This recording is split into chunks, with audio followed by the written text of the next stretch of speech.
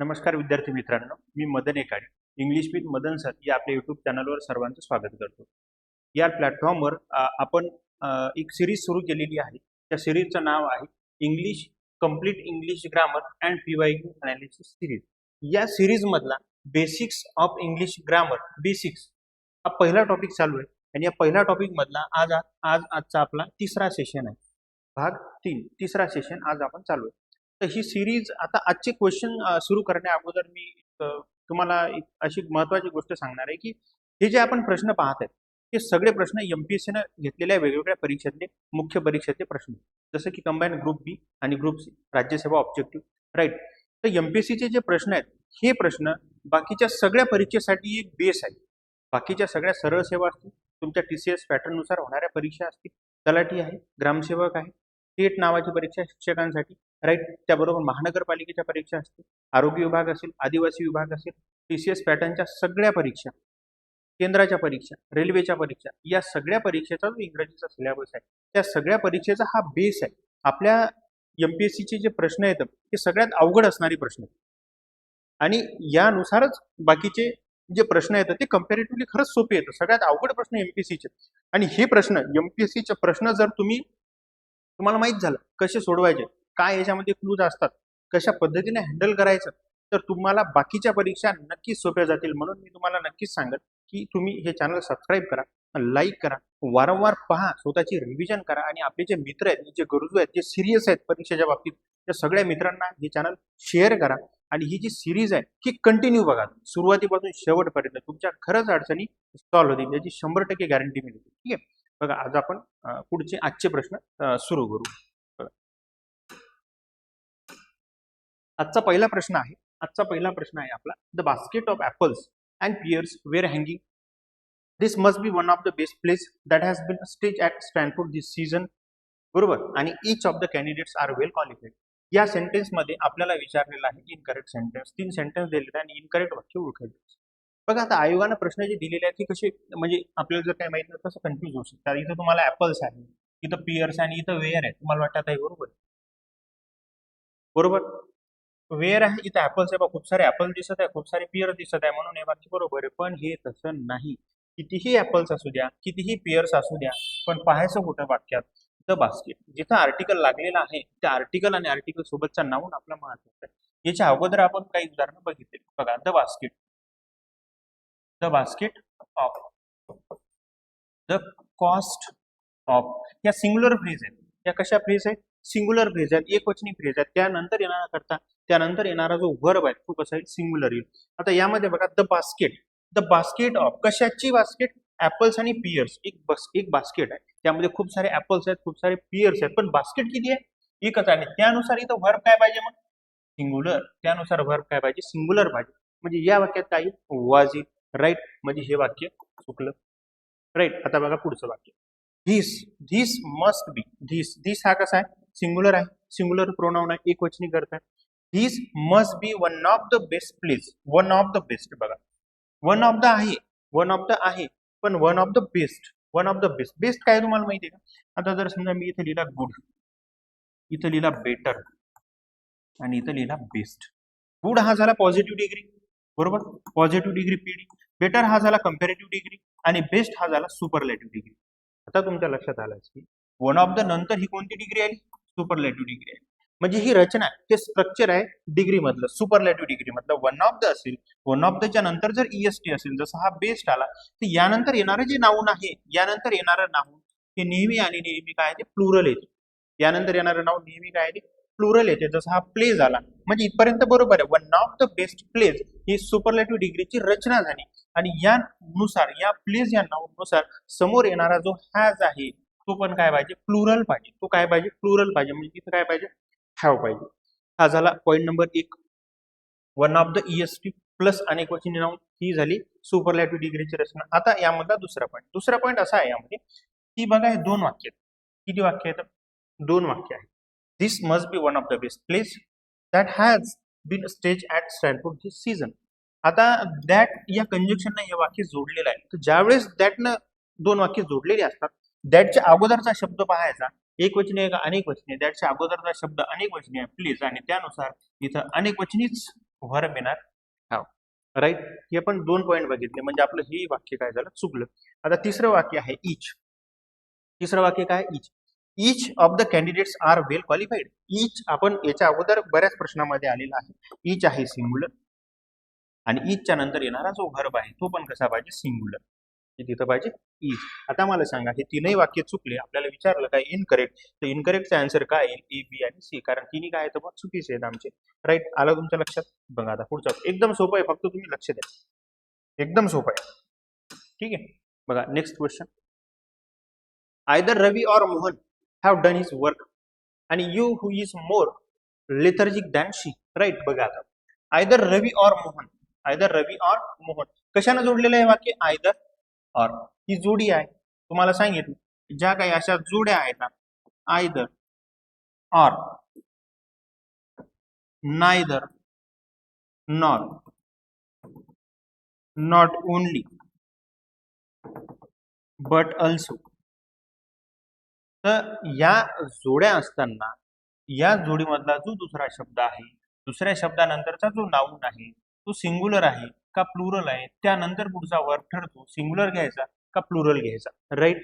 बघा आता ही जोडी आहे आयदर और, या ऑरच्या नंतर मोहन आहे. हा मोहन कसा आहे, व्यक्तिवाचक आहे, एकवचनी आहे, सिंग्युलर आहे. मोहन नुसार इथं काय पाहिजे, सिंग्युलर ऑक्झिलरी व्हर्ब पाहिजे, म्हणजे हॅज. राईट. म्हणजे पहिलं वाक्य चुकलं, ऑरच्या नंतर मोहन आहे, मोहन सिंग्युलर आहे, म्हणून इथं काय पाहिजे, हॅज पाहिजे, हॅव चुकला पहिलं वाक्य. तर दुसरं you, you who is more lethargic than she. आता या सेंटेन्स मध्ये हू आलेला आहे, हू हे रिलेटिव्ह प्रोनाउन आलेला आहे. तर हा जो हू आहे, हा हू कोणासाठी आलेला आहे, तर हा हू आलेला आहे या यू साठी. आणि यू काय आहे, अनेक वचनी आपण याच्यानंतर व्हर्ब वापरतो यू नंतर. एकवचनी वापरा का अनेक वचनी त्याचा यूज असू द्या, बरोबर. म्हणजे यू हा सिंग्युलर पण वापरतो आणि यू हा प्लुरल पण वापरतो. पण ज्यावेळेस व्हर्ब वापरण्याची वेळ येते, व्हर्ब वापरण्याची वेळ येते यूच्या नंतर, तर त्यावेळेस तो नेहमी काय वापरला जातो, अनेक वचनी वापरला जातो. म्हणजे यूच्या नंतर काय आर. का आर आला, कारण हू कोणासाठी आला, यू साठी. आणि यू नुसार इथं काय पाहिजे, अनेक वचनी व्हर्ब पाहिजे. म्हणजे हे वाक्य चुकलं, दोन्ही वाक्य रॉंग. आपल्याला काय विचारलं, ऑप्शनवरून विचारून आपण both 1 and 2 are incorrect. Right. पहिलं एकदम सोपं आहे, फक्त तुम्हाला लक्ष द्यायचं आहे आणि सिरियसली सुरुवातीपासून शेवटपर्यंत जराही स्किप न करता बघायचे. खूप साऱ्या कन्सेप्ट तुमच्या क्लिअर होतील. राईट. बघा आता पुढे सम आणि नन. बघा, some of the TV serial is worth watching today. Some of the TV serials are worth watching today. इथं आहे इज आणि इथं आहे आर, एक गोष्ट. आणि सुरुवात आहे त्याची सम. म्हणजे दोन वाक्य समचे आहेत आणि दोन वाक्य ननचे आहेत. बघा हे दोन सेंटेन्स काय तर ननचे आहेत. None of the TV serial is worth watching. इथं दिलेलं आहे इज, इथं दिलेलं आहे आर. आता तुम्हाला एक गोष्ट सांगतो, जो सम आहे ना, हा सम आहे पॉझिटिव्ह. पॉझिटिव्ह म्हणजे किती, 1+. पॉझिटिव्ह तर आहेच, पण एक किंवा एकापेक्षा जास्त. सम म्हणजे 2, 3, 4, 5, 10, 15 अनेक. सम काय पॉझिटिव्ह आहे. पॉझिटिव्ह कसा आहे, 1+ जास्त आहे. आणि नन कसा आहे, निगेटिव्ह आहे. नन कसा आहे, निगेटिव्ह आहे. आणि ननच्या नंतर काय वापरायचं, सिंग्युलर व्हर्ब वापरायचा. ननच्या नंतर काय वापरायचा, व्हर्ब जो आहे सिंग्युलर व्हर्ब वापरायचा, बरोबर. आणि समच्या नंतर काय, समच्या नंतर तुमचा नाउन पण प्लुरल येईल आणि तुमचा व्हर्ब पण काय येईल, प्लुरल येईल.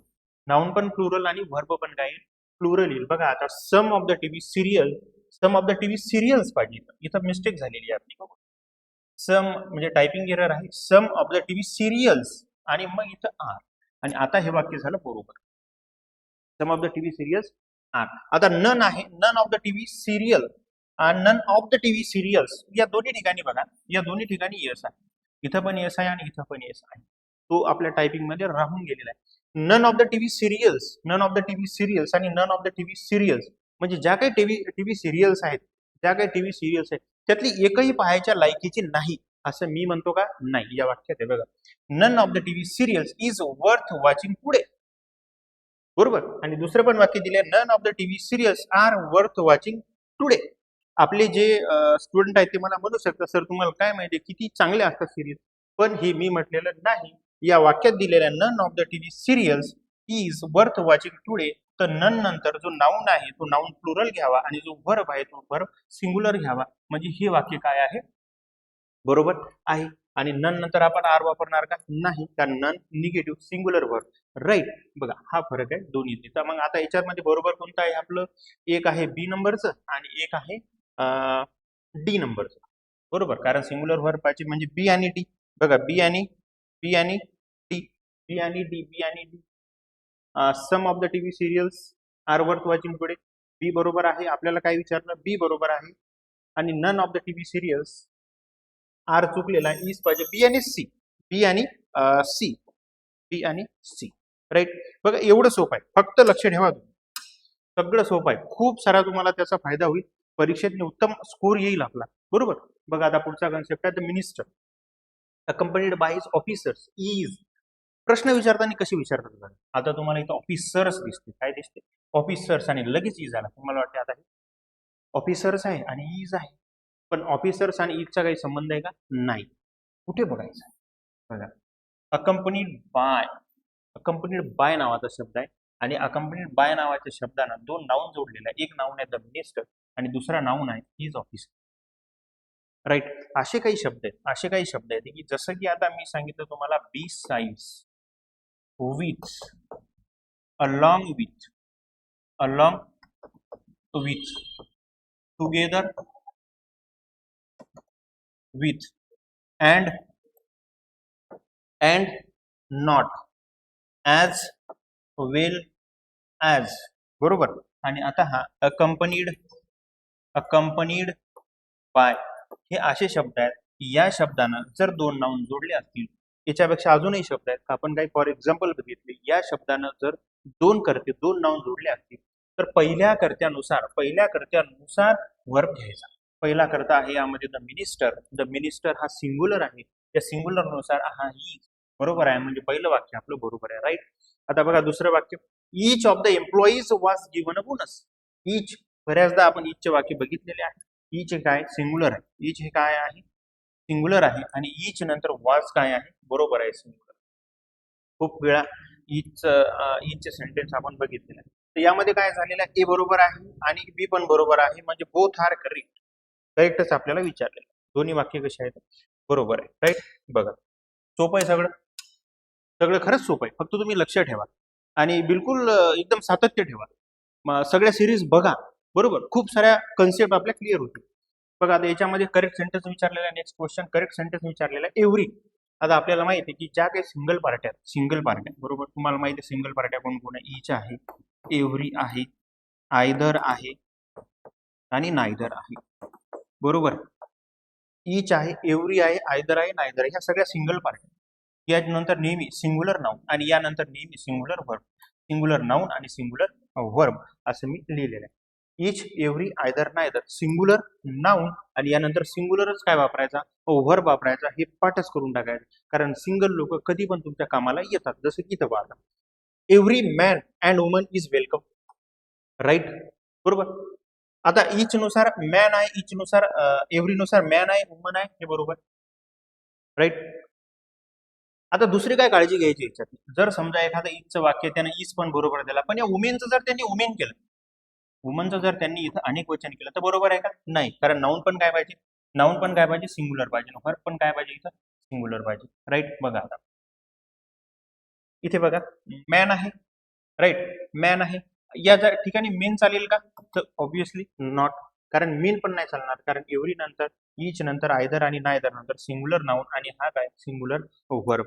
आलं लक्षात तुमच्या? बघा आता पुढचा प्रश्न, नायदर आहे. नायदर सिंगलच माणूस आहे. Neither of the two boys were चालणार आहे का? कारण माणूस कसा आहे? सिंग्युलर. आपल्याला माहिती आहे, पक्का भरोसा आहे त्याच्यावर, असं काही करणार नाही. Every single, neither single, every आणि ईच पण सगळे सिंगल. हे चार लोक लक्षात ठेवा. का लक्षात ठेवा? कारण याच्यावरच जास्त प्रश्न विचारले जातात. बरोबर. एवढं सोपं. बघू आता पुढचा प्रश्न, खूपच सोपं आहे बरं. या पुढे आता पुढचा क्वेश्चन आहे करेक्ट आपल्याला विचारलेला आहे. आणि none of the brothers has their father talent. म्हणजे वाक्याचा अर्थ असा आहे की एकाही भावात त्याचे जे फादरचे जे टॅलेंट आहे, वडिलाचे गुण नाही. नन विचारलेला आहे. सगळ्यात अगोदर तुम्हाला ननचा अर्थ सांगतो. ननचा अर्थ असा होतो की नन ही निगेटिव्ह. नन म्हणजे कोणीच नाही, काहीच. नन म्हणजे नथिंग, निगेटिव्ह. त्याचा मिनिंग कसा आहे? निगेटिव्ह आहे नन. आणि ननच्या नंतर काय वापरायचा? जो वर्ब आहे तो वर्ब सिंगल वापरायचा. सिंगुलर व्हर्ब ननच्या नंतर वापरायचा. राईट. बघा आता इकडे none of the brothers, none of, none none of the brothers, जेवढे काही भाऊ आहेत, जेवढे काही भाऊ आहेत बघा, जेवढे काही भाऊ आहेत त्या भावापैकी एकाही भावामध्ये, त्या भावापैकी नन ऑफ द ब्रदर्स, जेवढे काही भाऊ आहेत 2 3 4 5 त्या भावापैकी एकाही भावामध्ये नन म्हणजे कोणाही मध्ये नाही, काय नाही, त्याच्या फादरचं टॅलेंट नाही, असा प्रश्न आहे. चारही वाक्य जवळपास थोड्या थोड्या त्यांनी चेंजेस करून दिलेले आहेत. आपल्याला बरोबर वाक्य ओळखायचं. पहिली गोष्ट तर नन नंतर हा अनेकवचनी येणार नाही, नन नंतर हा अनेकवचनी व्हर्ब येणार नाही, त्यामुळे बी नंबरचं वाक्य चुकलं. राईट. बघा आता बी नंबरचं वाक्य चुकलं. None of the brothers has their father's talents. बरं ठीक आहे, पहिलं वाक्य सध्या ओके आहे, पाहू आपण. पहिलं वाक्य बरोबर आहे, काही अडचण नाही त्याच्यामध्ये. आता दुसरं वाक्य none of the brothers had their father's talent, हेही वाक्य बरोबर आहे, कारण हॅड एकवचनी असो का अनेकवचनी असो, हा आपण हॅडच वापरतो. त्यानंतर नन ऑफ द ब्रदर्स, बघा इथं पजेशनची गरज नाही, पजेशनची गरज एखादी तर नाही. आता हे ब्रदर्सचा अर्थ असा होते BROTHERS, बरोबर. आता हे लिहिताना पण चुकलं, की कसं पाहिजे ब्रदरर्स असं नाही, हेही चुकलं. आणि हे तसं पाहिलं तर हे असं आहे की ब्रदर ॲपॉस्ट्रॉफी यस, ब्रदर्स ज्यावेळेस ॲपॉस्ट्रॉफी लावतो आपण तर हे जे पोझिशन लावतो त्यानंतर नाऊन पाहिजे असते काही ना काही. आता समजा ब्रदर्स आहे तर ब्रदर्स बुक हे भावाचं पुस्तक आहे, ब्रदर्स बायसिकल, ब्रदर्स बाईक, आलं लक्षात. तिथं नाऊनची गरज असते, पण या ब्रदर्स नंतर लगेच काय आला, हेल्पिंग व्हर्ब आला, बरोबर. त्याच्यामुळे हे चुकलेलं आहे. ब्रदरर्स असं नाही, ते काय पाहिजे नुसतं ब्रदर आणि त्याला यस, अनेक वचनीसाठी फक्त, एक भाऊ अनेक भाऊ, राईट. त्यामुळे हे पण चुकलेलं आहे, बरोबर. आता बरोबर कोणते आहेत मग, तर ए आणि सी, ए आणि सी, राईट. बघा एवढं सोपं आहे. तुम्हाला फक्त ननचा कॉन्सेप्ट माहित पाहिजे की नन हे काय असते, सिंग्युलर असते, आणि त्याच्यानंतर जो आहे तो सिंग्युलर व्हर्ब आपण वापरतो. बघा आता पुढचा प्रश्न आपल्याला काय विचारलेला आहे, करेक्ट विचारलेला आहे. Pick out the correct sentence. Correct sentence पहा एकदम सोपा आहे. The fleet, the fleet, the fleet, fleet म्हणजे काय, जहाजाचा जो ताफा आहे, जहाजाचा ताफा, the fleet have set sail. आता हे असे काही कलेक्टिव्ह नाउन्स आहेत ते नेहमी सिंग्युलर वापरले जातात, हे आपल्याला माहित पाहिजे, बरोबर. ते सिंग्युलर वापरले जातात याच्यात, बरोबर, याच्यात काही मोठा विषय नाही. तर हॅव आहे म्हणजे हे वाक्य चुकलं. John as well as James. आता मला सांगा तुम्ही, ॲज वेल एजचा आपण कन्सेप्ट बघितलेला, ॲज वेल एजचा कन्सेप्ट बघितलेला. जर दोन नाऊन असतील, दोन नाऊन असतील आणि ते ॲज वेल एज जोडलेले असतील, तर तो जो पुढचा व्हर्ब आहे तो पहिल्या व्हर्ब नुसार पुढचा व्हर्ब घ्यायचा, पहिल्या सब्जेक्ट नुसार पुढचा व्हर्ब घ्यायचा. आता ॲज वेल एज आहे, ॲज वेल एजच्या पहिल्यानुसार म्हणजे जॉन आहे, जॉन हे नावाचं आहे, नाव आहे व्यक्तीचं, हे सिंग्युलर आहे. जॉन नाव कसं आहे, सिंग्युलर आहे, आणि सिंग्युलर नुसार हा जो डिझर्व नावाचा व्हर्ब आहे याला काय पाहिजे, एस पाहिजे. डिझर्व्स काय पाहिजे, deserves. John as well as James deserves praise, म्हणजे हे वाक्य पण चुकलेलं आहे. आपल्याला करेक्ट सांगायचं you who is my, you who is my, बघा कॉमा आहे आणि यू आहे, तर पुन्हा इथं काय पाहिजे, हा जो हु आहे हा हु कोणासाठी वापरला, यू साठी वापरला, आणि यू नंतर नेहमी आणि नेहमी आपण काय वापरतो, अनेक वचनी वर्ब वापरतो, म्हणजे इथं पाहिजे are. You who are, you who are my friend should not worry me, म्हणजे हे पण वाक्य काय झालेलं आहे, चुकलेलं आहे. She is one of the best mothers that have ever lived. बघा आपण याच्या अगोदर एक वन ऑफ दचं सेंटेन्स बघितलेलं आहे, पुन्हा एक वन ऑफ दचं सेंटेन्स आलं, ते वन ऑफ द बेस्टच होतं. याच्या अगोदर आपण जे एक सेंटेन्स बघितलं वन ऑफ द बेस्ट असंच होतं, ते वन ऑफ द बेस्ट, फक्त तिथं प्लेज होतं आणि दॅट, आणि इथं पुढं हॅज होता, तर तिथं पुढं हॅव पाहिजे. बघा आली सेम रचना, सेम स्ट्रक्चर आहे. त्यांनी तुम्हाला किती बदलू द्या ना. बघा याच्या अगोदरचं वाक्य आपलं one of the best, one of the best superlative degree, superlative degree one of the best नावाचं रचना आली. त्याच्यानंतर हे जे नाऊन आहे हे नाऊन आलं प्लुरल, हे नाऊन आलं प्लुरल, आणि ह्या प्लुरल आलं म्हणून या दॅट नंतर जो व्हर्ब आहे तो पण आला प्लुरल. तर सेम रचना इथं आलेली, one of the best superlative, त्यानंतर येणारं नाऊन काय, अनेक वचनी मदर्स, त्यानंतर दॅट, या मदर्स नुसार हा हॅव काय आहे, बरोबर आहे, राईट. बघा इथं एवढं सोपं आहे, 4 नंबरचं आपलं आन्सर बरोबर. तुम्ही फक्त पाहत राहा, रेग्युलर पाहत राहा, सातत्य ठेवा, मित्राला शेअर करा, डिस्कस करा, बरोबर. काय चर्चा केली आपण प्रश्नांवर, तर तुमचं खरंच इम्प्रुव्हमेंट इंग्रजीमध्ये ड्रास्टिक इम्प्रुव्हमेंट होईल, राईट. बघा आता पुढचा प्रश्न आहे, करेक्ट सेंटेन्स आपल्याला सांगायचं. करेक्ट सेंटेन्स काय विचारलेलं, कोणतं सेंटेन्स विचारलेलं आहे, करेक्ट.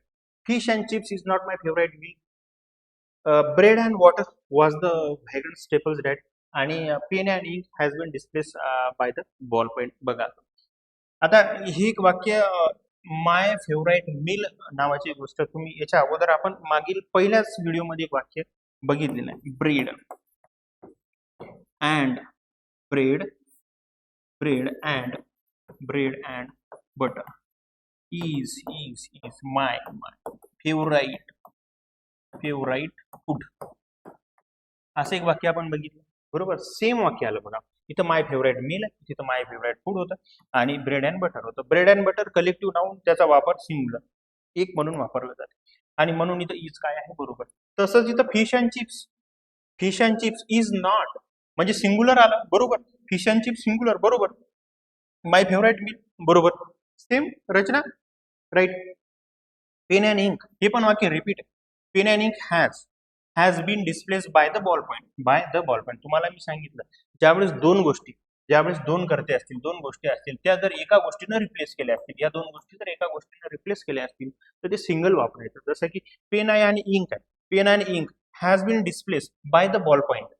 आता आपला बॉल पेन आला, त्याच्या अगोदर काय होतं, शाई वेगळी होती, ते लिहायचा पेन वेगळा होता, बरोबर. तर पेन अँड इंक ही सिंगुलर असते आणि त्यानंतर हॅज आपण सिंगुलर, बरोबर आहे.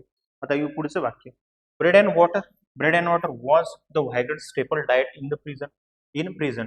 आता व्हायग्रंट्स स्टेपल डाएट म्हणजे मुख्य आणि व्हायग्रंट्स म्हणजे असा व्यक्ती, VAGRANT. व्हायग्रंट म्हणजे असा व्यक्ती की तो निराधार, म्हणजे ज्याला स्वतःचा निवारा नाही, स्वतःचं घर नाही, काय नाही, बरोबर. ज्याचं कोणी नाही, खायची सोय नाही, ती ते झाला व्हायग्रंट. तर या व्हायग्रंट लोकांसाठी जो प्रिझन असते, प्रिझन म्हणजे जो आपला जेल असते, तर जेलमधलंच डाएट त्यांचं मुख्य अन्न असते. कोणासाठी? ब्रेड अँड वॉटर म्हणजे जेवायला.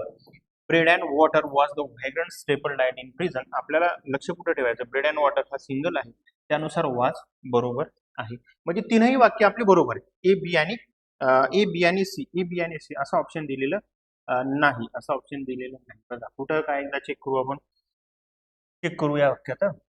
आपले ऑप्शन चुकलेले असू शकतात. Fish and chips is not my favourite meal, right, काही प्रॉब्लेम नाही, बरोबर. Pen and ink has been displaced by the ballpoint, काही प्रॉब्लेम नाही, हे बरोबर आहे. ब्रेड अँड वॉटर आणि was the vagrant staple diet, ही बरोबर आहे, काही अडचण नाही. बघा ऑप्शन जरी नसले काहीतरी चूक असू शकते, ते तीनही वाक्य बरोबर आहेत, ए बी आणि सी, करेक्ट. बघा आता नेक्स्ट क्वेश्चन आहे, त्यामध्ये पण आपल्याला करेक्टच सांगायचं आहे. एकदम सोपं आहे, फक्त लक्ष ठेवा तुम्ही, ठीक आहे. बघा आता यामध्ये, the tallest of the players was injured, right. The tallest of the players, बघा. आणि वाक्य विचारताना कसं विचारलं बघा, इथं प्लेयर्स सांगितलं, तुम्हाला असं वाटतं वाज, इथं बघा प्लेयर्स अनेक वचनी दिसते, वाज एक वचनी दिसते, म्हणजे चुकलं, पण तसं आहे का ते नाही. द टॉलेस्ट, जे काही प्लेयर असतील 5, 10, 11ची जी काही टीम असेल प्लेयरची, त्या प्लेयरपैकी जो सर्वात उंच आहे, सुपरलॅटिव्ह डिग्री टॉलेस्ट, त्या प्लेयरपैकी जो सर्वात उंच आहे टॉलेस्ट, तो इंज्युअर्ड झालेला आहे. तो काय झालेला आहे? इंज्युअर्ड झालेला आहे. म्हणजे जेवढे प्लेयर आहेत त्या प्लेयरपैकी एक, कोण एक, जो टॉलेस्ट आहे, ते त्यानुसार इथं वाज काय आहे, बरोबर आहे. म्हणजे पहिलं वाक्य करेक्ट आहे. The man in charge of the workers was called Rajan. बघा कसं विचारलेलं आहे परीक्षेत. इथं दिलेलं आहे वर्कर्स, इथं काय दिलेलं आहे, वर्कर्स नुसार काय दिलेलं आहे, वॉज. आता आपल्याला वाटते वर्कर्स अनेक वचनी आहे, वाद चुकला, इथं काय पाहिजे, आता वेअर पाहिजे, पण तसं आहे का ते नाही, तसं ते नाही, तिथं पाहायचं नाही. जिथं आर्टिकल आहे ना तिथं काय, the man in charge of the workers, जे काही वर्कर्स असतील पर्टिक्युलर कंपनीमध्ये, पर्टिक्युलर संस्थेत 5, 10, 15, 20, 50, त्या वर्करचा जो इन्चार्ज आहे, द मॅन, इथं काय आला, मॅन म्हणजे सिंगुलर, त्या वर्करचा इन्चार्ज आहे त्याला राजन म्हटलं जाते, वॉज कॉल्ड राजन. तर हे वाक्य बरोबर आहे. द मॅन नुसार वॉज, राईट, बरोबर. आता आपण पुढचं वाक्य ॲज वेल एज न जोडलेलं आहे. ॲज वेल एजचा कन्सेप्ट आपण बघितलेला आहे. एखाद्या दोन नाऊन जर ॲज वेल एज न जोडलेले असतील, दोन नाऊन जर ॲज वेल एज न जोडलेले असतील, तर जो पहिला नाऊन आहे त्यानुसार पुन्हा आपल्याला वापरायचा आहे. तो वेअर आला, तो चुकला. का चुकला? कारण Ram as well as Shyam, या केसमध्ये ॲज वेल एजच्या अगोदर, या केसमध्ये ॲज वेल एजच्या अगोदरचा जो राम आहे सिंगुलर आहे आणि एकवचनी आहे, त्यानुसार इथं वेअर चुकला, इथं काय पाहिजे, वाज. म्हणजे हे वाक्य चुकलेलं आहे. एकदम सोपं आहे, फक्त लक्षात ठेवा. The manager along with several assistants was present at the ceremony. Along with several assistants, along with, मी तुम्हाला सांगितलेलं आहे विथ, अलॉंग विथ, बघा पुन्हा आलेला इथं विथ आहे, अलॉंग विथ आहे, अकंपनीड बाय आहे, नाही का, अकंपनीड बाय आहे, अलॉंग विथ इथे आलेला आहे, बिसाइड्स आहे आणि ॲज वेल ॲज आहे. असे बरेचसे काही शब्द आहेत की ते जर त्या शब्दांनी दोन नाऊन जोडले तर पहिल्यानुसार the manager along with several assistants was, हा वॉज बरोबर आहे. कोणानुसार बरोबर आहे तर या द मॅनेजर नुसार बरोबर आहे. का मॅनेजर नुसार? कारण ते वाक्य अलॉंग विथ न जोडलेलं आहे. राईट. बघा आता आपल्याला विचारलं करेक्ट सेंटेन्स, तर करेक्ट सेंटेन्स विचारलं तेव्हा डी नंबरचं वाक्य बरोबर आहे, फक्त त्यातला सी चुकला. ज्या ऑप्शन मध्ये सी आहे तो पर्याय गेला, म्हणजे आपलं ए आणि बी काय आहे करेक्ट आन्सर. राईट. बघा एकदम सोपं आहे. फक्त लक्ष ठेवा, सातत्य ठेवा, एकही लेक्चर अजिबात मिस करू नका. तुमचा स्कोर जबरदस्त स्कोर तुमचा वाढेल. ठीक आहे. बघा आता the tallest of the players was injured. जे काही प्लेयर्स होते, रिपीट झालं काही वाक्य, the tallest of the players. बघा हे वाक्य रिपीट झालेले, रिपीट म्हणजे पुन्हा रिपीट विचारलं असेल आयोगाने. ठीक आहे, पुन्हा आपण बघितलेलं अगोदर जे काही प्लेयर्स आहेत 2 3 4 5 10 त्याच्यापैकी एक जो उंच आहे प्लेयर तो इंजोर्ड झालेला आहे, म्हणजे हा जो टॉलेस्ट आहे तो सिंग्युलर आहे आणि त्यानुसार वाच काय आहे बरोबर. राईट. पहिलं वाक्य. दुसरं, ॲज वेल एज न जोडलेलं आहे, Ram as well as Shyam was present. आता हा राम आहे, राम सिंग्युलर आहे, ॲज वेल एज न जोडलेला आहे, ॲज वेल एज न जोडलं म्हणून पहिल्या नाउन नुसार आपण हा वर्ब घेणार तर तो वाच काय आहे बरोबर आहे. बघा अशा पद्धतीने क्वेश्चन रिपीट पण होतात, म्हणजे ए आणि B both are correct option number 3. बघा आता पुढचा प्रश्न एकदम सोपा आहे, सातत्य ठेवा, बघत राहा, शेअर करत राहा, लाईक करत राहा. बरोबर. फायदा होतो, 100% फायदा होतो. Fill in the blanks with an acceptable form of the verb. बरोबर. 350 रन. बघा आता 350 रन आहेत. आता इथे तुम्हाला असं वाटू शकते की 350 रन आहेत, 350 runs quite a decent score. पण ते 350 रन्स आहेत, एकापेक्षा जास्त आहेत आणि यानुसार इथं अनेक वचनी वरपड जायचं नाही. तर मग कुठं लक्ष ठेवायचं? A decent score. हे बघा वाक्यात असे काही शब्द पाहायचे, विशेषतः जिथं आर्टिकल लागलेला आहे, आर्टिकल प्लस नाऊन आहे, तू आपला कामाचा सब्जेक्ट आहे, तू आपली कामाची गोष्ट आहे. बरोबर. डिसेंट स्कोरवर आले तुम्ही, या डिसेंट स्कोरवरून आम्ही ठरवलं जिथे आम्ही एकवचनी वापरणार, अनेक वचनी जमणार नाही. अनेक वचनी जमेल का आपल्याला? नाही. 350 runs, 350 runs is quite a decent score, म्हणजे एकदम चांगला स्कोर आहे, जबरदस्त स्कोर आहे, पाहिजे अपेक्षित असा स्कोर आहे, a decent score. A decent score आपल्याला सांगते की इथं आपल्याला सिंग्युलर व्हर्ब वापरायचा आहे. सिंग्युलर असणारा ऑप्शन एकच आहे. आता वाज आहे, पण वाज आणि बिकमचं काही रिलेशन नाही. वाज जर वापरला तर वाजच्या नंतरचा जो व्हर्ब आहे तो असा बेस फॉर्म मध्ये कधीच येत नाही. वाज नंतर काय लागत असते आपल्याला? वाज नंतर लागतो आपल्याला आयएनजी क्रियापदाला. बरोबर. पास्ट कंटिन्युअस टेन्स मध्ये याचा काही सेन्स बनत नाही, त्याच्यामुळे इथं इज काय बरोबर आहे. राईट. एकदम सोपे प्रश्न आहे, फक्त आपण लक्ष नाही तिथे. तुम्ही लक्ष ठेवा, सातत्य ठेवा. बघा आता पुढे, the long festering issue of the domestic helpers who are employed by the native Arabs create. या व्हर्बचा आपल्याला इथं काहीतरी करायचं आहे, योग्य ते फॉर्म वापरायचा आहे. बरोबर. आता बघा खूप मोठं वाक्य किती मोठं आहे? खूपच मोठं आहे. पण तुम्हाला मी काय सांगितलं, कुठं बघायचं? वाक्यात जिथं आर्टिकल लागलं आहे, जिथं द आहे किंवा अ आहे. बघा आता द लॉंग फेस्टरिंग इश्यू, हा बघा the long festering issue of domestic helpers who are employed by the native Arabs. आता हा जो हु आहे, इथं बघा हे विचारलेलं आहे आपल्याला, पण सांगतो तुम्हाला. हा जो हु आहे, हा हु कोणासाठी आला? या हुच्या अगोदरचा जो नाऊन आहे तो डोमेस्टिक हेल्पर्स. बरोबर.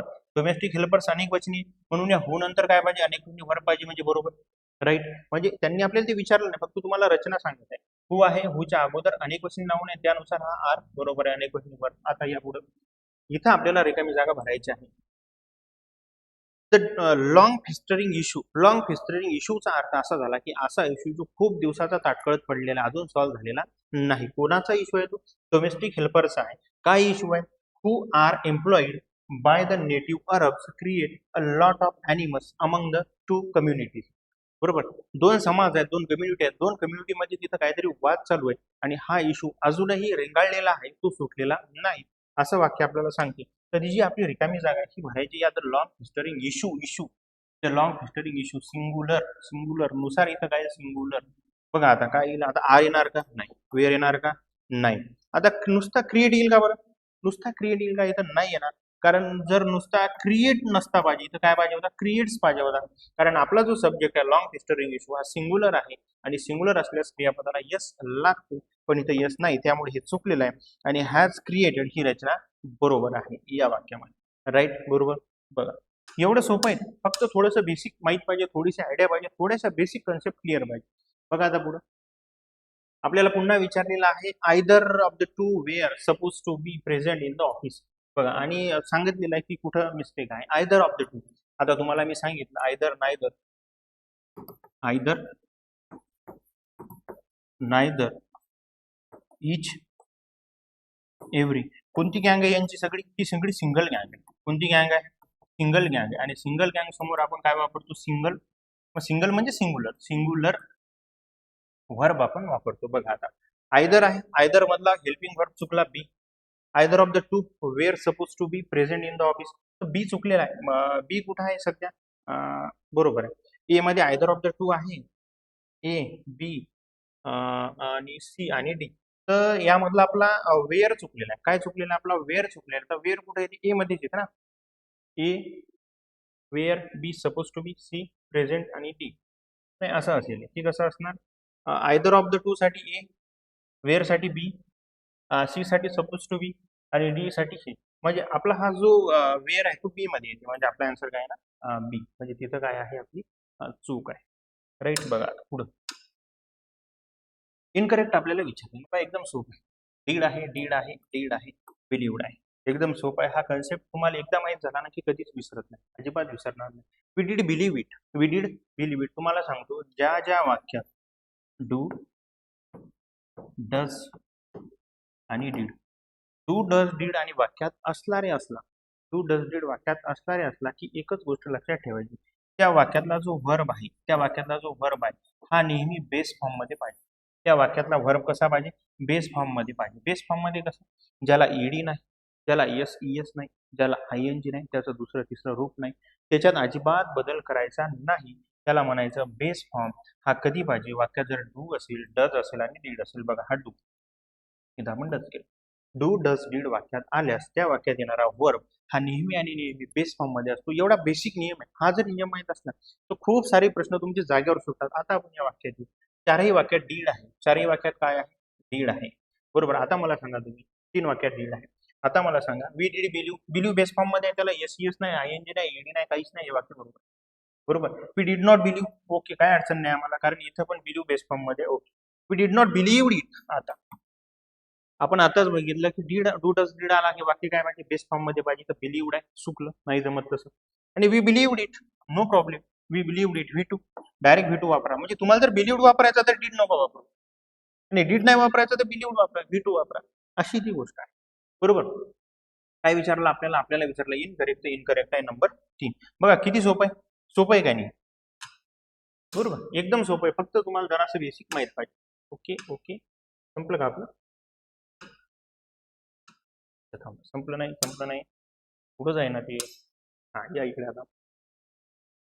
हा वाला प्रश्न आहे एक. बघा प्रश्न दिसायला खूप मोठा आहे पण अजिबात घाबरायची गरज नाही. हे थोडंसं मी याला थोडंसं गायब करू आपण. थांबा थांबा थांबा. Okay okay okay okay. हे सगळं सगळं म्हणजे ते त्यांनी कन्फ्युजन वाढवण्यासाठी प्रश्न एवढा मोठा केलेला आहे. आता वास्तविक एवढं कन्फ्युज होण्यासारखं त्याच्यात काहीच नाही. मग आता आय, वाक्य एवढं एवढंच आहे वाक्य. आय रिकामी जागा म्हणतात on Thursday. I on Thursday, but on Thursday I had a terrible cold, so I decided to wait till Saturday. बघा हे वाक्य मी तुम्हाला लिहून दाखवतो. वाक्य कसं आहे, आय आहे, रिकामी जागा आहे आणि ऑन आहे थर्सडे. बरोबर, फुल स्टॉप. But on Thursday. आता हे पुढचं वाक्य इथं दिलेलं आहे. But on Thursday I had a terrible cold.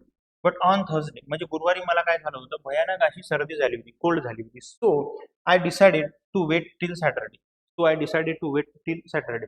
याच्यात बघ एकच बघा, या वाक्यात काय हॅड आहे. बट ऑन थर्सडे गुरुवारी I had a terrible cold. या वाक्यावरून आपल्याला समजते की ही जी सर्दी झाली होती ती गोष्ट ती जुनी आहे. हॅड, हॅड वाक्यात वापरलेला आहे. हा पास्ट सांगतो आपल्याला. मग प्रेझेंट मध्ये जर एखादा ऑप्शन असेल तर तो येणार आहे का, नाही.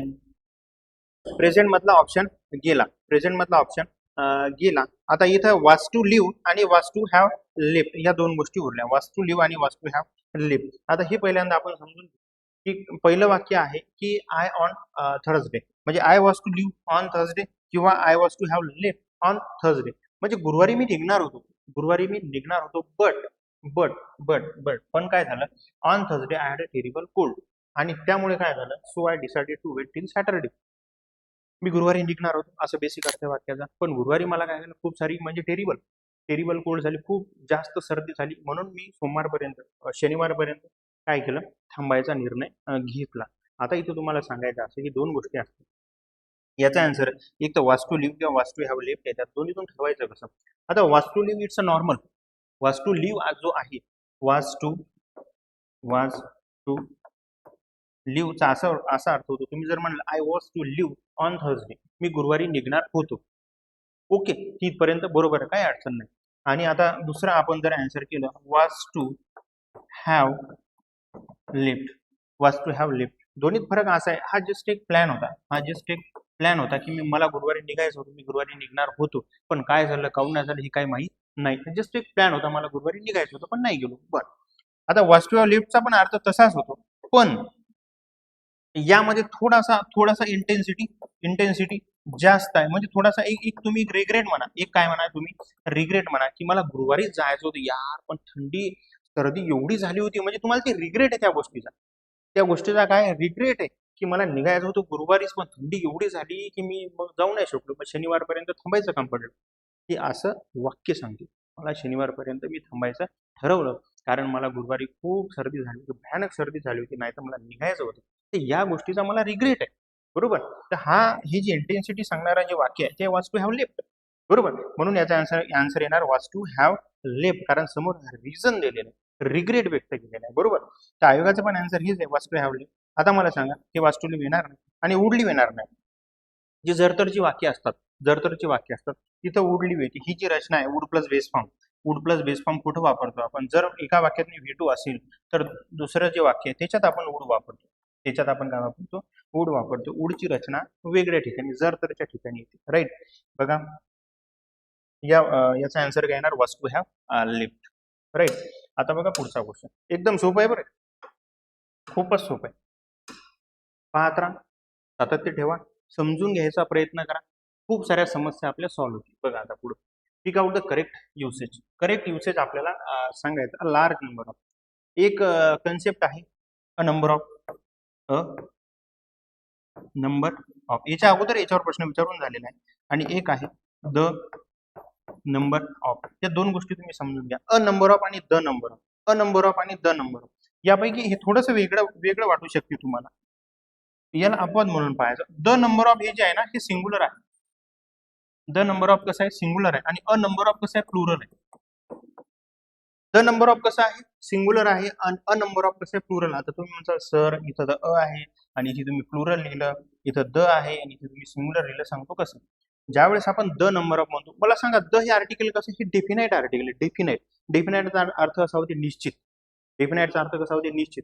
आता मी जर म्हटलं द नंबर ऑफ, आता इथे 10 जण आहेत, 10 लोक आहेत, तर द नंबर ऑफ याचा अर्थ असा झाला, तर 10 पैकी 10 सगळेच्या सगळे, बरोबर, 10 पैकी 10, एक क्लास आहे, एका क्लासमध्ये 10 जण पास झाले, the number of student pass in the examination, त्याचा अर्थ असा झाला की वर्गात जेवढे मुलं होते 10, वर्गात जेवढे मुलं होते 20, ते सगळेच्या सगळे पास झाले, होते तेवढे सगळे पास झाले.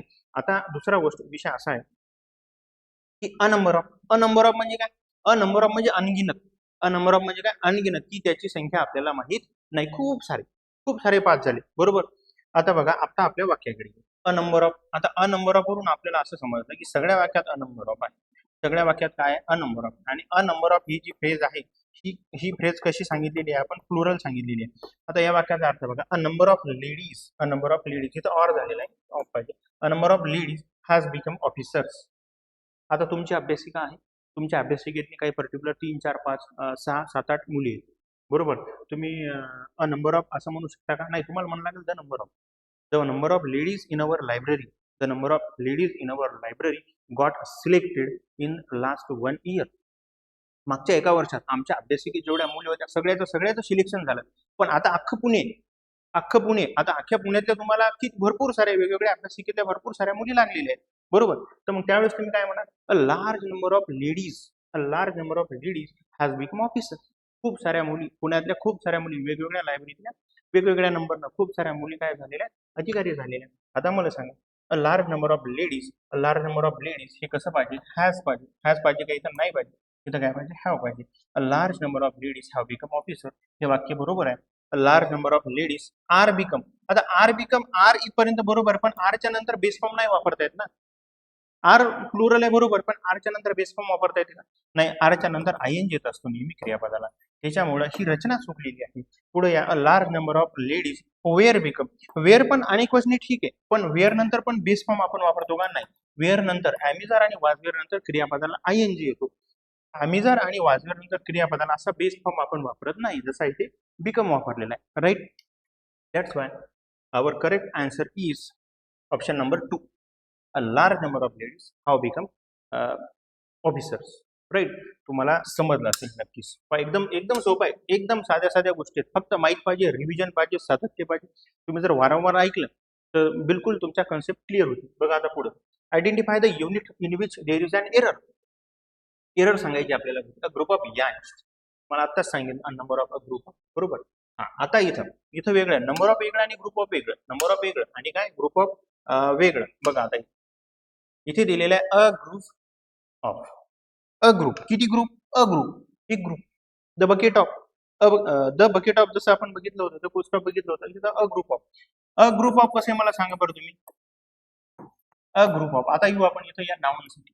अ ग्रुप ऑफ याट्स, हे जे याट्स आहे ते प्लुरल आहे. ते काय प्लुरल आहे, आणि याच म्हणजे एक जहाज, प्रायव्हेट जहाज असतात मोठ्या मोठ्या लोकांचे, म्हणजे नौका ज्याला आपण म्हणतो, आणि त्याचं अनेक वचन आहे yachts. A group of yachts with brightly coloured banners flying in the wind are entering in the harbour. आता आर कसा येईल बरं सांगा बरं तुम्ही, कारण यायचा एकच ग्रुप, ह्या ज्या याट्स आहेत, ज्या नौका आहेत, त्यांचा एकच ग्रुप या लागला ना, त्यांचा एकच ग्रुप येतात, म्हणून इथं काय पाहिजे, ईज पाहिजे. म्हणून हे वाक्य, या वाक्यात कुठं चूक आहे आपली, सी नंबर मध्ये, कारण आर कुठे येतो, सी नंबर मध्ये. सी नंबर मध्ये आपली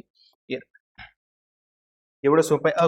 अग्रुप नुसार आपण एकवचनी घेतलेला आहे, आणि एकवचनीनुसार आपण आर बाहेर काढलेला आहे, आणि त्या ठिकाणी आपल्याला काय पाहिजे, ईज पाहिजे, राईट.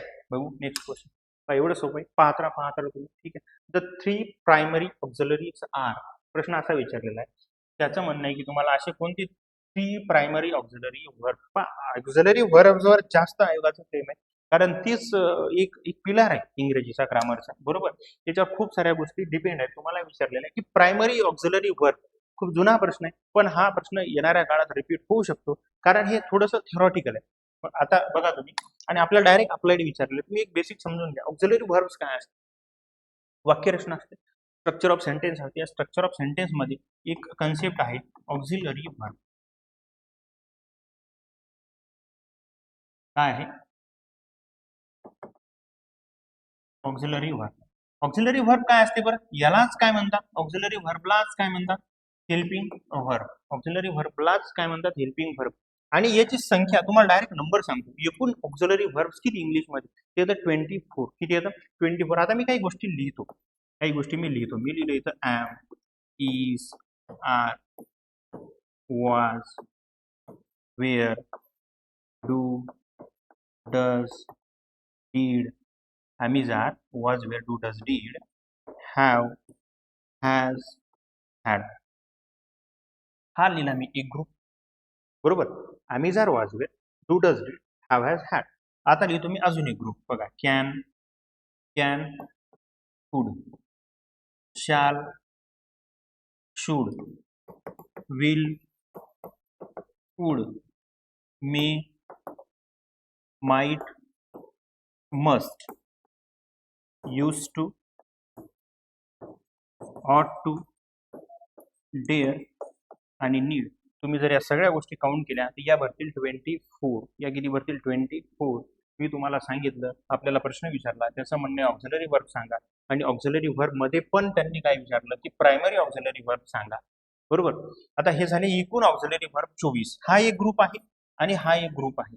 तर यापैकी हा वाला जो ग्रुप आहे पहिला, याला म्हणायचं प्रायमरी ऑक्झिलरी वर्ब. पहिला कोणता, ॲमिजार, डू, डज, डीड आणि हॅव. याला दुसऱ्या भाषेत काय म्हणतात, टू बीचे रूप. टू बीचे रूप म्हणजे ॲमिजार, वॉज, वेअर. टू डूचं रूप, टू डूचं रूप म्हणजे काय, डू डज डीड. आणि टू हॅवचं रूप, टू हॅवचं रूप म्हणजे काय, हॅव हॅज आहे. विचारलं आपल्याला प्रायमरी. प्रायमरी म्हणजे हा जो अलीकडचा आपण बॉक्स काढलेला आहे, सांगा याच्यातली प्रायमरी कुठं कुठं दिसते तुम्हाला. येस. आणि याला टू बीचं रूप म्हणजे आम्ही जर वाचलं, टू हॅवचं म्हणजे हॅव हॅज, टू डूचं म्हणजे काय, डू डज आणि डीड. म्हणजे हे झाले प्रायमरी ऑक्झिलरी व्हर्ब. आता ते मग हे बाकीच्याला काय म्हणायचं, तर याला म्हणायचं मोडल, मोडल ऑक्झिलरी व्हर्ब. हे जे त्यांनी बाकीचे दिले ऑप्शन मध्ये, कॅन, कुड, shall, should, may, might, must, ऑट टू, नॉट टू, हे सगळे काय झाले, मोडल ऑक्झिलरी व्हर्ब झाले. एवढं हे सोपं आहे. आपला ऑप्शन नंबर आहे 1. राईट. बघा एकदम सोपं आहे. फक्त एकदा माहित झालं ना, एकदा माहित झालं की येऊन जाते. The culprits be very dangerous. Culprits, the culprits, the लागलेला आहे आणि कल्प्रिट्स म्हणजे गुन्हेगार, म्हणजे अनेक आहेत. आणि व्हेरी डेंजरस असं दिलेलं आहे. आपल्याला टू बीचा फॉर्म वापरायचा आहे. टू बीचा फॉर्म म्हणजे तुमच्या लक्षात आला आता, ॲमिजार वाजवीर पैकी एक, ॲमिजार आणि वाजवीर पैकी एक. कल्प्रिट्स कसा आहे, प्लुरल आहे, अनेक वचन आहे ना कल्प्रिट्स आपला. म्हणजे वाज येणार का, नाही येणार. आता yes, the culprits be very dangerous. आता बिन येणार का, नाही येणार बिन, कारण ते V3 फॉर्म आहे.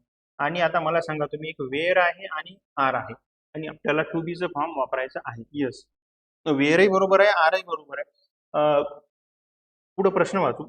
Use appropriate form of the verb in the bracket in simple past. बघा तेच म्हणलं, दोन दोन ऑप्शन कसे असू शकतात एका उत्तराचे, नाही का. त्यांनी सांगितलं की सिंपल पास्ट मधला टू बीचं रूप वापरा. सिंपल पास्ट मधलं टू बीचं रूप कोणतं, टू बीचे रूप आहेत ॲमिझा आणि एक आहे वाजवीर.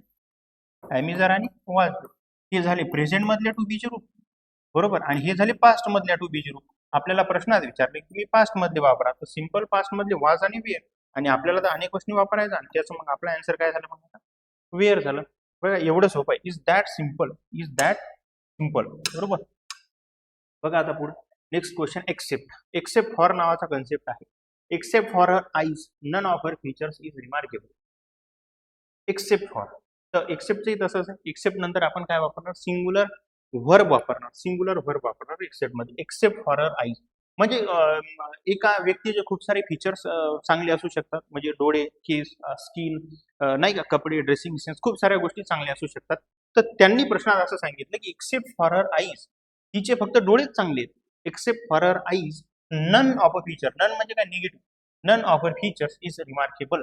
म्हणजे दुसरा एकही फीचर, दुसरा तिचा एकही गुण रिमार्केबल, उल्लेखनीय, ज्याची नोंद घ्यावी असं आहे का, नाही. फक्त काय आहे नोंद घेण्यासारखा, डोळे. Except for her eyes none of her features is remarkable, या डोळ्यात जास्त गुतायचं नाही. बघा except for her eyes none of her features are remarkable, कारण एक्सेप्ट काय, एकच गोष्ट सांगितली ना, जे काही व्हेरियस फीचर्स आहेत त्याच्यापैकी एकच गोष्ट सांगितलेली आहे, एक्सेप्ट, बरोबर. Except for her eyes none of her feature are नाही येणार, बरं. Except for her eyes none of her features was remarkable. Okay okay okay, आपल्याला विचारलेलं आहे करेक्ट, आपल्याला काय विचारलेलं आहे correct. Except for her eyes none of her features is बरोबर आहे, वॉज बरोबर आहे, आणि except for her eyes none of her features were. तर प्लुरल येणार नाही पहिली गोष्ट. का नाही येणार, कारण एक्सेप्ट फॉर हर आईज काय सांगते आपल्याला, सिंगुलर सांगते, हा एकवचनी आहे. म्हणून जो ऑक्झिलरी व्हर्ब आहे तो एकवचनी आला पाहिजे. इथं इज बरोबर आहे, इथं वॉज बरोबर आहे. म्हणजे बरोबर असणारा सेंटेन्स आहे एक, आणि बरोबर असणारा सेंटेन्स आहे सी. ए आणि सी आर करेक्ट, बरोबर. एक्सेप्ट, एक्सेप्ट एकवचनी, बस सोपं आहे, अगदी सोपं आहे, बरं एकदम एकदम सोपं आहे, बरोबर. या पुढं either his brothers or his father, this work fill in the blank with an acceptable form of the verb given in the bracket.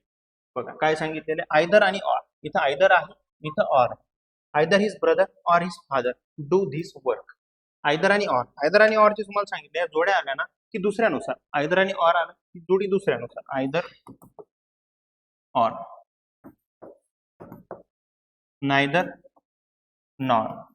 हा जो दुसरा शब्द आहे, या नंतरचा जो नाऊन आहे त्या नाऊन नुसार ठरवायचं, यानुसार ठरवायचं की पुढचा जो वर्ब आहे तो सिंगुलर वापरायचा का प्लुरल वापरायचा. बघा आयदर हिज ब्रदर्स ऑर, दुसरा जोडीमधला दुसरा शब्द ऑर इज फादर आहे सिंगुलर वर्ब, सिंगुलर नाऊन आहे. हे नाऊन कसं आहे, सिंगुलर आहे, आणि त्याच्यामुळे इथं हा जो डूचा फॉर्म वापरला तो आपल्याला सांगितलेला आहे वापरायला, तो आपल्याला सिंगल वापरायचा आहे. या आता option either his brothers or his father do this work. Okay, या आता काहीला आपल्याला सिंगल वापरायचं त्यामुळे हॅव येणार नाही, कारण हिज फादर सिंगुलर आहे. इज डन दिस वर्क असंही होणार नाही, इज आहे आणि इज नंतर डिरेक्टली डन आहे, ही रचना चुकीची आहे. वॉज आहे आणि डन आहे आणि हॅज डन. बघा, त्यांनी जो इज आणि वॉज नंतर डन वापरला तो चुकीचा आहे, कारण की is am is are, am is are आणि वॉज वेअर यानंतर क्रियापदाला काय येतो, ING येतो. ही जी रचना ही बेसिक रचना आहे. आणि इथं काय दिले त्यांनी, अमेजार आणि वाजवेर नंतर बी थ्री दिली, तर ही पॅसिव्हची रचना आहे. आपलं वाक्य पॅसिव्ह आहे का, नाही. त्यामुळे हे दोन ऑप्शन कटले. हा येणार नाही, कारण हिज फादर काय आहे, सिंग्युलर आहे. आपल्याला पाहिजे हिज फादर सिंग्युलर आहे म्हणून हा येणार नाही. आपल्याला पाहिजे सिंग्युलर हॅज. Has done. आता वाक्य कसं होईल, either is father or is either is brothers or is father has done this work. Right. या हिज फादर नुसार आपण सिंग्युलर वापरलेला आहे हॅज डन. आलं लक्षात तुमच्या, एकदम सोपं. ठीक आहे. या पुढे बघा, आता पुढचा क्वेश्चन आहे, the rich is not always dishonest. The rich is not always dishonest. आणि विचारलं काय आपल्याला, which of the following option will be use in the place of the underline part of the sentence to correct it. त्याचं म्हणणं याला बरोबर करा. The rich is not always, इजच्या खाली अंडरलाईन इजला करेक्ट करा. सांगा आता द रिच. एकदम एकदम बेसिक कन्सेप्ट आहे, दोन शब्द आहे, फार बेसिक कन्सेप्ट आहे. तुम्हाला सगळ्या परीक्षेत तुम्हाला कमी पडेल हा कन्सेप्ट. हे बघा, आता रिच आणि मी लिहितो इथं पोर. रिच आणि पोर काय आहेत बरं, दोन बेसिक बेसिक कोणत्या जातीचे आहेत तर ते आहेत विशेषण. आपण म्हणतो ना रिच मॅन, आपण काय म्हणतो, रिच मॅन पुअर गर्ल, बरोबर, ते झालं विशेषण, बरोबर. आता रिच, मग आता मला असं म्हणायचं आहे की बा रिच रिच पीपल, श्रीमंत लोक. मला असं म्हणायचं आता की पुअर पीपल गरीब लोक, बरोबर. आता मला असं म्हणायचं द रिच आणि मला असं म्हणायचं द पुअर. आता तुम्हाला सांगतो बेसिक, एक तर रिच आणि पुअर हे झालं विशेषण आहे, राईट. ज्यावेळेस मी म्हणतो रिच पीपल हे अनेक वचनी झालं, ज्यावेळेस मी म्हणतो पुअर पीपल हे अनेक वचनी झालं. आता ज्यावेळेस मी म्हणणार द रिच किंवा ज्यावेळेस मी म्हणणार द पुअर हेही अनेक वचनी झालं. हे बघा, हेही बरोबर आहे, हेही बरोबर आहे, पण आता चुकतं काय, जर मी असं लिहिलं द रिच पीपल आणि द पुअर पीपल. आता इथं एक गोष्ट तुम्ही लक्षात घ्या, तर हे चुकलेलं आहे. द रिच पीपल आणि द पुअर पीपल चुकलेलं आहे. का चुकलेलं आहे, एक तर तुम्ही रिच पीपल म्हणा, एक तर काय म्हणा रिच पीपल म्हणा, नाही तर द रिच म्हणा, बरोबर. एक तर तुम्ही द पुअर म्हणा किंवा नुसतं पुअर पीपल म्हणा, पण द पुअर पीपल आणि द रिच पीपल हे दोन्ही चुकलं. एक तर द लावा नाही तर पीपल लावा, राईट, असा विषय. आता मला सांगा तुम्ही द रिच हे काय झालं, द रिच हे झालं प्लुरल, द रिच हे काय झालं प्लुरल, आणि त्यामुळे इज चुकला आणि इजच्या जागी काय येणार मग इथं अनेक वचन. बघा, एवढं सोपं आहे, फक्त तुम्हाला तो कन्सेप्ट माहित पाहिजे, थोडासा कन्सेप्ट माहित पाहिजे. ठीक आहे. बघा, या आता पुढं आलो आपण next. I am ill since 3 days. आता इथं सिन्स नावाची गोष्ट वापरलेली आहे, सिन्स 3 days. सिन्स आणि फॉर या दोन गोष्टी तुम्हाला सांगतो. तो सिन्स नावाची जी फ्रेज आहे आणि फॉर नावाची जी फ्रेज आहे, यात एक तर परफेक्ट आणि कंटिन्युअस टेन्स मध्येच या गोष्टी वापरल्या जातात. कुठे वापरल्या जातात, परफेक्ट कंटिन्युअस टेन्स मध्ये वापरल्या जातात. इथं आहे I have been ill for 3 days. I have been ill since Friday. आता सांगायचं असं बघा, एक तर काळ पाहिजे परफेक्ट कंटिन्युअस किंवा काळ पाहिजे परफेक्ट, बरोबर. आता फॉर 3 days म्हणजे 3 दिवसापासून, 1 2 3 म्हणजे 3 दिवस झाले. 3 दिवस झाले की मी काय आहे, इल आजारी. I have been ill for 3 days, 3 दिवस झाले म्हणजे हा कालावधी 3 दिवसाचा कालावधी. आणि आता इथे असं वाक्य, I have been ill since Friday. Since Friday म्हणजे काय, सिन्सचा अर्थ होतो स्टार्टिंग पॉईंट.